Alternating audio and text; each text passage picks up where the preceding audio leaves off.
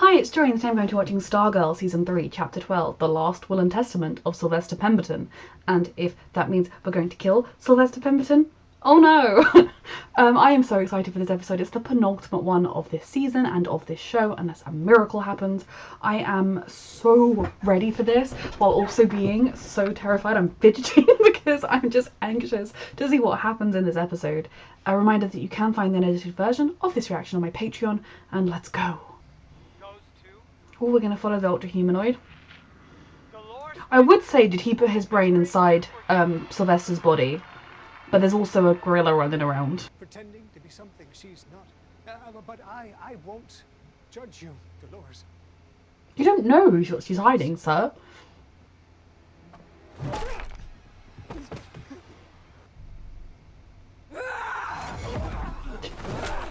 Not what this man was expecting with his creepy approach. I have another idea in mind. I want to be a gorilla. An albino gorilla. Body powerful after a few modifications, of course. Was his plan to then become a human again and get to, like, live life? Oh, it would be a shame if he died.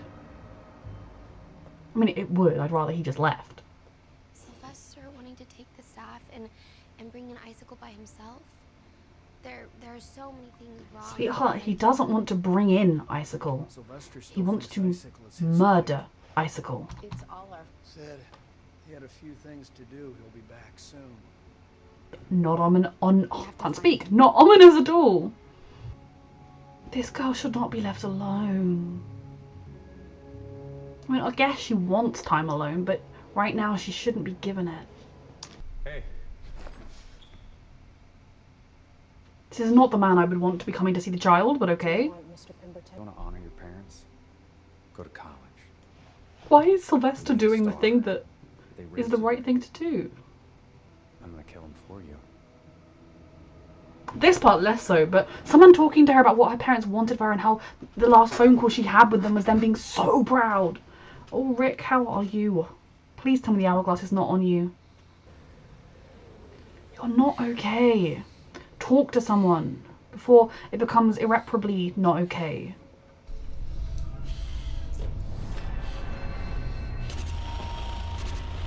Call someone, sweetheart. Someone can be here with you.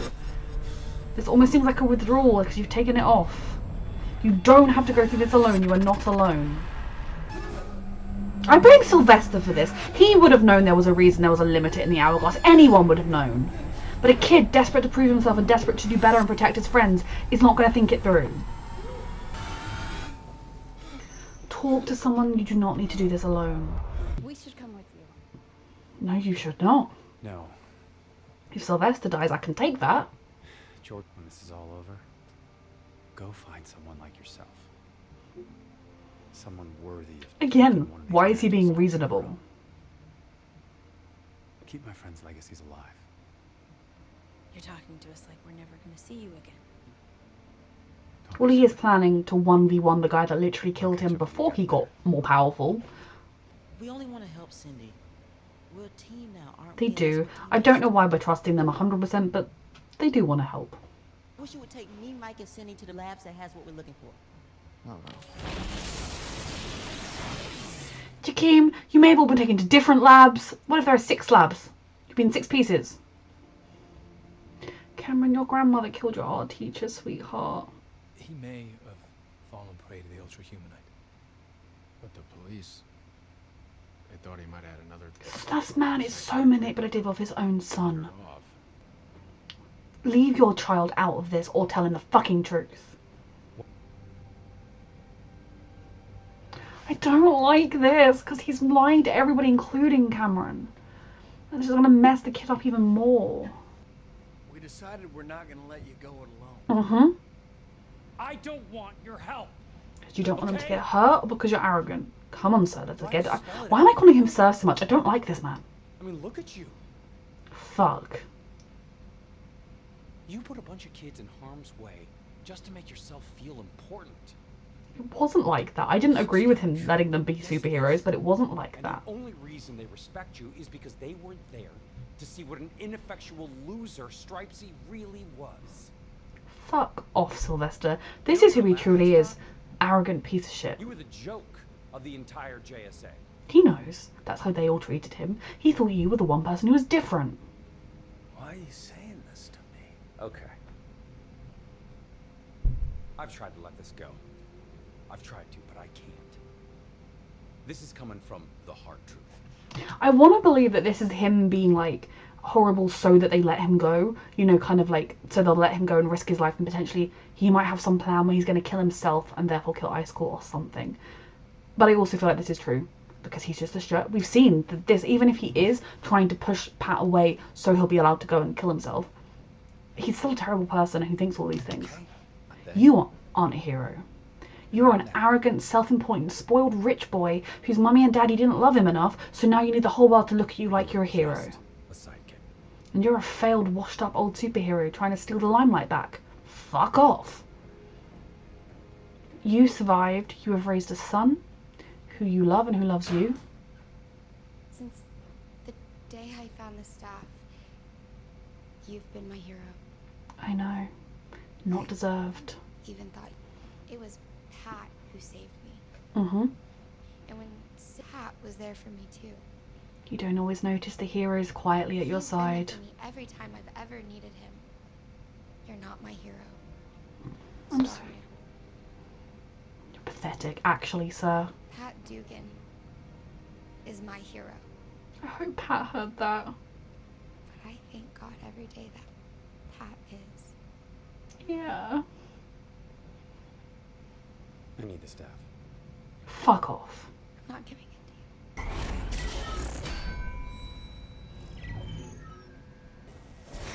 No. Oh, the staff shouldn't have to go through this. You know it belongs to me. No, it doesn't, you washed up piece of shit. You're not worthy of it. Fuck off. She is more worthy than you ever were. Your only worth is being rich. Sarah, go take care of Icicle. And I imagine you'll be looking for a new place to live because you're living here like rent-free? Because we took pity on your pathetic self?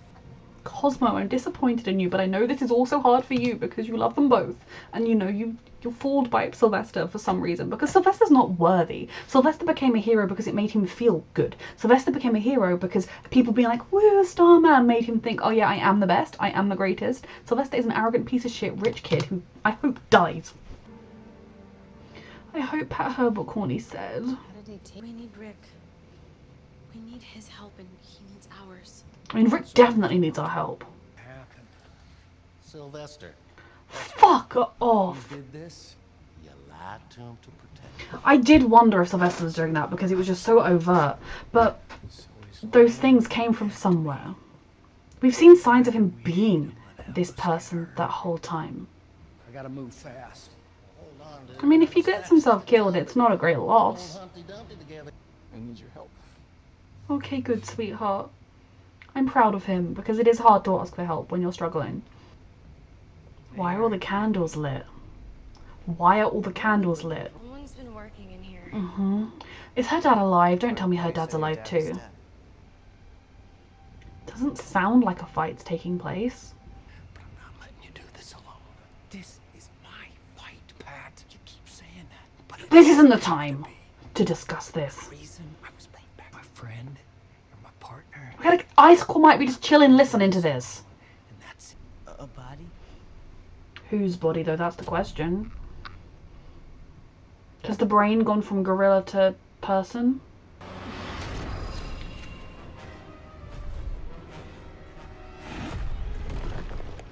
So, Dragon King's brain is in someone else? Is it in the gorilla now?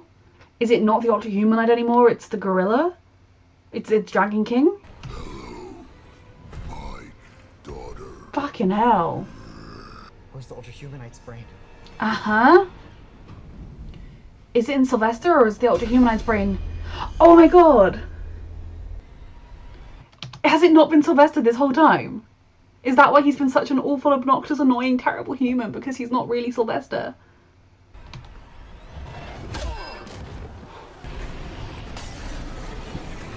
Run, run, run, run, run, run, run, run, run. And Jordan, you need You me are in. powered up. Sweet boy, we need you. Mm-hmm. He told me how to take it off. Exactly! I did some reading. Then Sylvester would know the danger. Exactly! It's a red Certainly was flag. there. Why would he tell him to remove it? Because it's not Sylvester. Which, you know, at least I've been hating on someone who's actually hate-worthy. Cosmo, sweetheart, can you go home, please? Oof. Now. Oh, the poor staff. It doesn't understand. You've been had, kiddo. Jesus Christ. Oh, well, Dr. McNider was right about the cosmic energy preserving the body, but Sylvester's brain? Fuck. It's long gone. So it's been him this whole time. No wonder there were such shady red Back in flags. the old days? No wonder the red flags were screaming off the screen. You're my friend. My brother. You're very into this method acting. I get it. I'm sorry it has to end like this. How are we getting him out of this? Hold on. Please say Cosmo was able to communicate with Courtney somehow. Hold on. Come on, team. I don't know how they're going to figure this out. Does he have a tracker on him? You're insane. Yes. I grew tired of hiding. They're onto I you. miss the adulation that Dolores Winters got. Yep. That was the vibe you got from him when he was being Sylvester. So, Really explains why he acted the I'm a sincere good guy, but it just didn't ring true. some traveling. Pat, you're getting out of this. It's going to be okay. We're going to make this right. I had to make sure Courtney's friend stayed out of my way. Yep, it was pretty obvious you were doing that. We have been picking up on this. Your plan wasn't as masterful as it seemed. Try and protect the family. These red flags have been glaring at us. What Rex went through before he set a limiter on that hourglass, so... Why didn't Pat ever talk to Rick about that? What were the rest of our plan? Please say the staff has woken up and just gone back to Courtney while this man is monologuing. You want to hear Jordan's endgame, Pat? Yes, I do actually. Please say this is someone coming up behind him. Oh God. I know his hands were below him, but he can struggle his way up, right? So when I ended up being behind, it crossed my mind to just wait until I had the whole show and binge all of it. And like all 3 episodes. And I didn't do that. And I regret that decision right now. That was fantastic. I love that we finally got the confirmation that Sylvester was not Sylvester. Sylvester was evil and wasn't Sylvester, though he was the only Sylvester we've known. It makes me happy because it probably means the original Starman wasn't so much of a giant, rich, spoilt, pompous jerk. Like, yes, would have had some of those traits because I think anyone born into that kind of money would, but he probably was a decent guy, which, you know, is nice to know. And it also explains that the staff kind of kept the body fresh, but he was dead. And this has been someone that close to us this whole time. It makes me want to go back and rewatch every single conversation, although I do feel like we spent most of this season being like, don't trust that man, don't trust that man. So, you know, it will kind of just be confirmation of that lack of trust. The biggest red flags to me was, the biggest red flag was the thing with Rick and his limiter, because the other conversations he had with people, while they were red flags and they made me dislike him, I mean, at no point did I necessarily think he wasn't Sylvester, he was the ultra humanoid. That was a shock. It crossed my mind at some point, I think in the previous episode, that I was like, not necessarily that it would be Sylvester, but that like somebody was going to turn out to have a different brain in their head than we thought. Didn't quite expect the juggling around of brains that we got. But the biggest red flag was Rick, because he knew about the limiter and he knew what it would do to him. But there were a lot of other red flags that could have just been down to character defects. So that was huge. I'm very glad that Courtney and the team, they know something is up with Sylvester. Whether it's as simple as Pat doesn't come home. I'm not... Pat's... We'll get to Pat. Pat's gonna be fine. Pat doesn't come home. And, you know, the man... The mechanic man, I know his name, is like, oh yeah, he was going to go help Sylvester. I suppose Sylvester's plan... I mean, I'm going to keep calling him Sylvester. I know he's the ultra humanoid, but he's acting as Sylvester. It's the only Sylvester we've really known. So when I say Sylvester from here on out, I do mean the Ultra Humanoid. Sylvester's plan will be to come home and be like, either say, oh my god, I couldn't stop him, Jordan took Pat, or they're already just launching whatever the end game is, and so it doesn't matter anymore. He doesn't need to pretend with this group of people who he really is. Maybe he was planning to fake Starman's death so he could just go on and live his life elsewhere. We need to know what Jordan's ultimate plan is, and I'm still waiting on Cameron finding out what his ultimate plan is and getting to choose the right thing, because I think he needs to see who his father truly is to believe it, if that makes sense. Because his father is saying all the right things, and what Cameron said to him about how you need, you know, I don't think they're going to believe our words, you need to prove it. I think that does show that Cameron understands his father is not a good person or has been a bad person. He wants to believe the best in him, and he wants to believe he is capable of this change and capable of proving it. I still think Cameron will make the right choice, especially I just stressed, everything is stressful. What is Icicle's ultimate plan? Is his ultimate plan to kill the Ultra Humanoid because he doesn't really value anyone around him? So is he planning to kill Dragon King and then turn around and be like, oh, I'm one of you, and get on their good side and then attack them? It's very stressful. And was the real reason Sylvester talked down Artemis was just so there wouldn't be a complication in the plan? I need to know what that plan is, and there's one episode left, and how on earth are they going to deal with all of this in one episode? So Dragon King is both alive and in the Ultra Humanoid's body. The Ultra Humanoid is in Sylvester. It is magical brain chairs. We're playing musical chairs even with brains. And it actually makes perfect sense. That is the thing that you get to a point in shows like this where you're like, well, yeah, we found out his brain was in him. And if you were saying that to someone who'd never seen the show, they would look at you like you were literally insane. But anyone who's watched, they'd be like, yeah, of course, that makes sense. You know, just before they revealed it, it occurred to me, what if it... It's so well done. Oof. It's so sinister, isn't it? This idea that it's not even just that Sylvester was just a shit person who maybe had some good to him, but the shitness overweighed the goodness. This wasn't even Sylvester. It makes me feel, I mean, every mean thing I've ever said wasn't about Sylvester, it was about this Sylvester. But the idea that this man has been living in their home all of this time, manipulating and using them and lying to them, it definitely makes sense. He's the Ultra Humanoid, he's very good at it. It makes everything make sense. It makes me happier about the show, because there were points in this show when I thought they wanted us to like Sylvester, and he was such a terrible character that I was like, why is he getting such a big screen time? And I did think I got some comments that were like, no, surely there has to be something to do with this man at the end of it all, because otherwise, like, he's ridiculous. So I'm glad that we did get that revelation. It's kind of just eclipsed everything else. I am so proud of Rick for going and asking for help. I think especially when you're someone like Rick, who has often dealt with a lot of pride, or in general I think has not often had many people helping him until he's become part of this family, it's hard for him to ask for help. I think especially when he knows, even though it wasn't really his fault because it was the hourglass, he pushed Courtney away. He was incredibly mean to Beth. You know, like, he has hurt people. But I'm proud of him for coming to them, for asking for help. I love them for supporting them, and the fact that it's true. I don't care whether having you at full fighting fitness right now, maybe yeah, that would help us if we could just ignore the fact that you're suffering, get you to charge in there, deal with our problems for us, then we'll help you. But no, our priority should be keeping ourselves alive and being there for each other. So I'm so thankful that they are looking after him now and that he has finally asked for help. And we saw glimmers of the Rick that we know and love, because that Rick has been gone for a long time. And it's even more sinister to think that this man we trusted, has intentionally put these children through so many awful, hurtful situations. I'm glad Cindy teamed up with the boys. I'm just, oof. They're running away from Dragon King. Like, everything is happening. There is one episode left. 42 minutes. How on earth do they solve anything in 42 minutes? I'm imagining it's going to be pretty jam-packed up until the final minute. But then often this show and other shows like to have jam-packed for a while, and then you have a section which is like the aftermath, and I like having the aftermath. I like seeing how the characters resolve, you know, them talking, them mending any broken bonds, or, you know, helping someone through a hard time after what they've been through. I love those moments, but how is there going to be time for those moments unless the CW has been kind and we're like, yes, we cancelled you, have an hour and a half for your episode. Oh my god. So Pat, it does not look good for Pat.